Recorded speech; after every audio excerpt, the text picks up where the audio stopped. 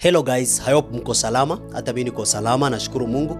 Najua wengi wenu mmeshangaa na mmejiuliza Smile alienda wapi? Siku hizi simuoni kwa FYP yangu kama kitambo. Yeah, sure. Nilipotea kidogo kwa social media kwa sababu ya mambo kadhaa. Zingine mnazijua na zingine hamjui. Lakini kupitia hii video ya leo nitawaelezea kila kitu. Mwisho wa mwaka jana tuliachana na mpenzi wangu Queen Keke. Wengi wakafikiria ni cloud chasing ama kuna big reveal.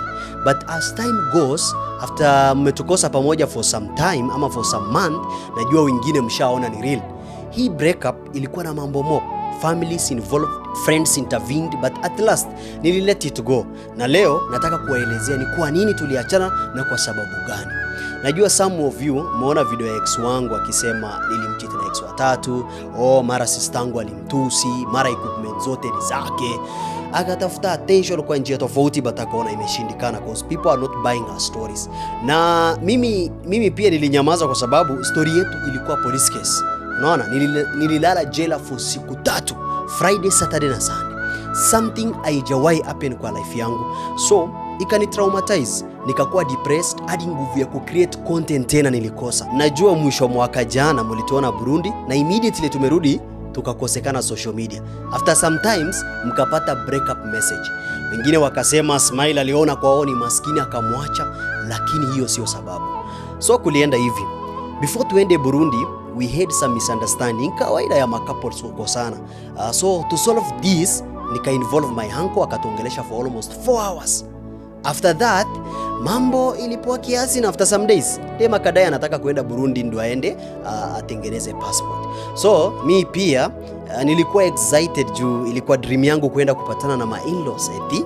So, vacation ilikuwa poa, but still hatukuwa sawa. So, I approach one of our family member, nikamwelezea story na mahali misunderstanding ilitokea.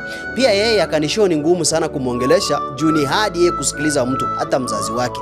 Akidecide something ni hivyo, so akaniambia wewe jaribu kila namna uongee na yeye na msolve issues pole pole. After 2 weeks tukaanza safari ya kurudi kutoka Burundi. Tukiwa njiani alipolala nikaamua go through her phone kucheki kama kuna suspicious things juu instinct yangu already ishaniambia kuna something wrong juu ya behaviors yake.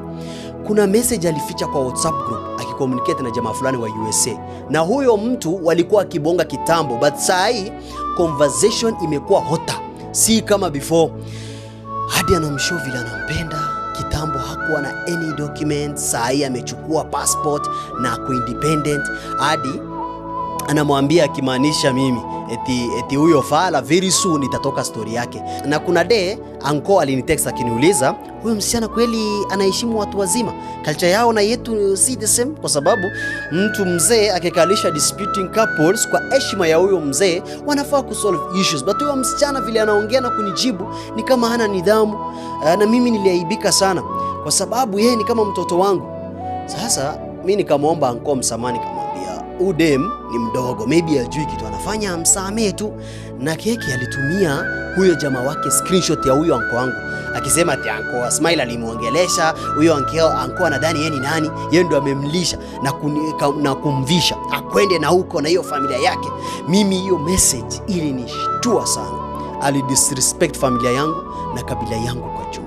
Na huyo mtu mwenye wanabonga niliwahi shuku na yeye hadi nikamblock namba yake, but still kumbe walikuwa na communicate kisirisiri. Bado kwa simu alikuwa kibonga na madem tofauti, wote wakimuadvise vile anafaa kufanya. Hadi kwa chat za mmoja wao nilipata kimwambia saa hii ataka peke yake afanye vile anataka juu already akona numbers na pesa pia anaendelea kuingiza. Kama mnakumbuka, kuna time tulikosana na Obina kuhusu story fulani. Kumbe dem alikuwa anataka Obina na Obina hayuko hiyo story kabisa. Alishow huyu rafiki wake ati atajiforce kwa Obina kwa sababu kwake kuna connection, atapata pesa na madeals kadhaa za kampuni. Hadi anamshow rafiki yake Kenya alitaka kutoka Smile ni fame pekee, so aende ajitafutie pesa mingi kivyake juu ashajua kila kitu na kujanjaruka. So 2 days after tumerudi kutoka Kenya, nikachukua simu yake na nikatoa account zake zote, FB, TikTok, Instagram, kwa simu yake, na nikarudisha kwa details zangu. Alafu nikamwambia for now we don't trust each other, acha atafute mtu wa karibu ama lawyer. nitafute pia tuandikiane mahali tuendelee kufanya kazi pamoja under contract, na pia kila mtu apate share yake. But dem alikataa akisema hakuna mahali mimi nimemsaidia, account zote ni zake na hata make sure atapata hizo account, na makiburi. Pamoja na rafiki yake wakaenda kuripoti kesi kwa polisi, akaandikisha statement akisema nilimuibia account, cyberbullying, threatening. After mimi nilijileta police station, boom, nikawekwa ndani. After nimesomewa hiyo kesi yote, simu zangu zikachukuliwa na DCI. Ni weekend, nikajaribu kupigia familia na pia marafiki kuelezea hiyo story. Walikuja the next day, kumbe mapolisi wengi walikuwa side yake juu alikuwa dem, na mimi nikasukuma kwa ukuta. But families and friends walikam through. Akakalishwa, na after a whole day of negotiations aka withdraw kesi na mimi nikaachiliwa. Hiyo ndio siku sitawahi sahau kwa maisha yangu. Niliweza kulala jela kwa mateso. Imagine, na hii jina yote si kwa sababu niliiba, sijaua mtu, but ni kwa sababu ya mtu ambaye nilimpenda na juu ya greed. Something tungekaa chini kusolve, akaamua kuniweka ndani. Nikikumbuka kama TikTok account nilitoa 300 followers ikafika karibu 3 million. Facebook kutoka 1k followers hadi karibu milioni 1. IG hata hakuwa na followers, mimi nikagangana nazo almost kufika 300k. Kujenga hii brand, sikuandikishana na yeye mahali, sikumlipisha kwa sababu alikuwa mpenzi wangu. After hiyo kesi aka-apologize akisema ni marafiki walimforce kufanya hivyo, haikuwa mipango yake kunifanya nilale jela. Hata mimi nikamwomba msamaha kwa maneno yenye nilimwambia, tukarudiana kama marafiki. Then tukapeana break hadi mambo yetu ikiwe sawa. A week later walienda road trip na rafiki yake. Hapo ndo sasa maneno imetokelezea. Vile tumeongea kwa simu aliniambia ni beshte yake amempeleka out huko Kitui. Mimi nikakubali kishungo upande, though instinct yangu inaniambia kuna something. Kumbe walipelekwa road trip na seneta fulani, sitaki kumtaja juu ya security. Saa 5 ya usiku nikapata ameni video call. Kuchukua call, ako uchi ya mnyama, ametense. Akanishow akilia, nataka kuuawa, tafadhali kuja uniokoe. Mimi hey! To cut long story short, pamoja na friends wangu tukaripoti incident, alafu tukaelekea kumsaidia. Kufika beshte yake akatushow hatufai kuinvolve polisi juu huyo msee ni mtu wa gavana, baadaye atamfuata. Nikakuwa confused. Later on saa 10 ya asubuhi sisi tulirudi nyumbani after maskari walitushow huyo mtu hakuna kitu tutamfanyia. Baadaye ndio tukajua kumbe mheshimiwa walienda kwake na yeye wakafanya something, na akamwambia angetaka mavijana wake 4 wamkule simu tu. Hapo ndio karuka na dirisha na kutoka mbio na kujificha kwa maua, ndio akanipigia simu. Mnakumbuka video fulani akiwa ameumwa mwili mzima akawaambia alianguka? Haikuwa hivyo. Mimi aliniambia niachane na hiyo kesi. Mheshimiwa amepatana na yeye akamlipia Uber hiyo usiku na kumlipia rent ya miezi 3. So akasema tukanyange hiyo story juu mheshimiwa hataki kuharibiwa jina. Mimi niliachana na hiyo story, although hiyo story ilikuwa inanisumbua, but sikutaka ku risk life yangu. Another story yenye sasa ilinifanya ni give up. Nikatoa video nikisema tumeachana. Tukiwa on break, dem alikuwa all over. Marafiki zake za madem ni wale wa mapombe na road trip. Kila siku ako clubbing, ananipigia saa 9 usiku kama amelewa. Mavazi mebadilika, hata atulii kwa nyumba, kila siku ako tu njiani. Nilijaribu kumuongelesha, but ananijibu na madharau. Niachane na life yake juu saa hii anaweza enda mahali anataka, akutane na wenye anataka. Mimi naye siku give up juu bado nilikuwa nampenda. But the more namchase, the more anaenda mbali na mimi. So one day, just by mistake, TikTok yake ilifunguka kwa simu yangu. Hey bro, kenye nilipatana nao nguvu iliisha kabisa. DM za wanaume zilikuwa kibao. Wengine wamepatana na wengine wako kwa process. Na mostly ni wale wa majuu na some celebrities. The moja yenye ilinifanya ni give up kabisa ilikuwa ya Willy Paul. Alimtext wakachat, jamaa naye akamuitisha kuonana na yeye, wakamit kwake nyumbani kwa dem, and the rest are history. Siku expect hiyo. Yani alikubali kila kitu faster na mimi nika screenshot na nikauliza keke. Dem naye ana jam akisema mbona nataka kujua sababu nilipatana na yeye, eti alipeleka tu date. Hapo ndipo niliamua nikasema hii imeenda.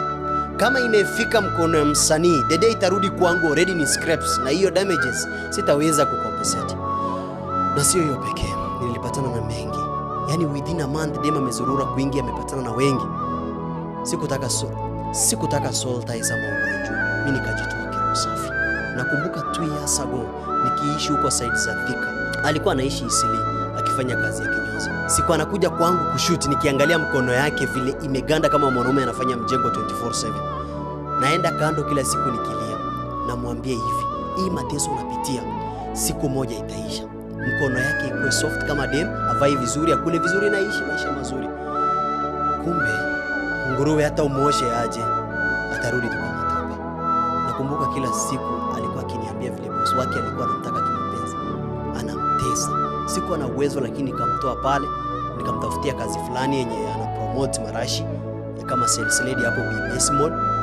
After hapo nikafocus na brand yake hadi nikajisahau juu ya mapenzi.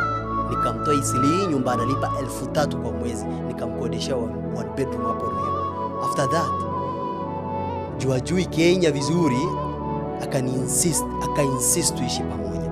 Na after that my life changed completely. Nika-cut off marafiki wangu wote juu yake.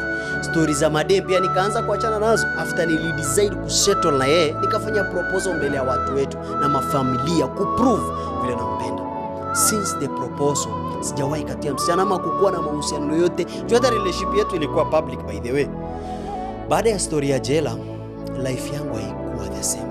Alikam back again, akachukua vitu zangu zote za nyumba zenye tumenunua pamoja na staff zingine hadi akapeana kwa marafiki zake wa Burundi. Mimi nilibaki tu na equipment zangu. Ilibidi nianze from zero. A good friend of mine akanihost, akanilipia therapy na nikaanza kurecover pole. Kwa sababu kama boy child hakuna mtu anakuelewa. Hata ningetokelezea kwa social media, wengi wangeside na yeye vile ilifanyika mbeleni, na mimi ni baki bure. So juu kesi bado ilikuwa fresh kwa polisi, mimi sikutokelezea kuongea anything. Watu wa media pia waliweza kunitafuta kusikiliza the side of my story, but nikakataa juu emotionally sikuwa sawa. Within 5 months nilijikaza kurudi social media pole juu mimi ni first born. Kuna watu wengi kama 3 na wasomesha high school, na bado second born wetu nimempeleka campus mwaka. Nikajikakamua pole kama mwanaume, nikachukua savings, nikaongeza some equipments ndio nirudi fully kwa content creation hasa YouTube. Siku moja nikapata email yangu imekuwa logged out na YouTube yangu ya over 100k subs imechukuliwa. Baadaye nikagundua kumbe ni X ashabadilisha jina na akadelete video zote. Nikapigia DCI mwenye alikuwa na kesi yetu huko mbeleni. Vile alimpigia kumuuliza, dem akasema hataki yeye afaidike na mimi nifaidike, ndio maana alidestroy. Kwa hivyo nisha report, nimechukua OB na nimeandikisha statement kuhusu hii kesi. Bado inaendelea, sitaki kuongelelea sana, nitawa-update. Thanks for your support na concern, na immediately nikipata my YouTube back nitawapea story yote. Bye bye.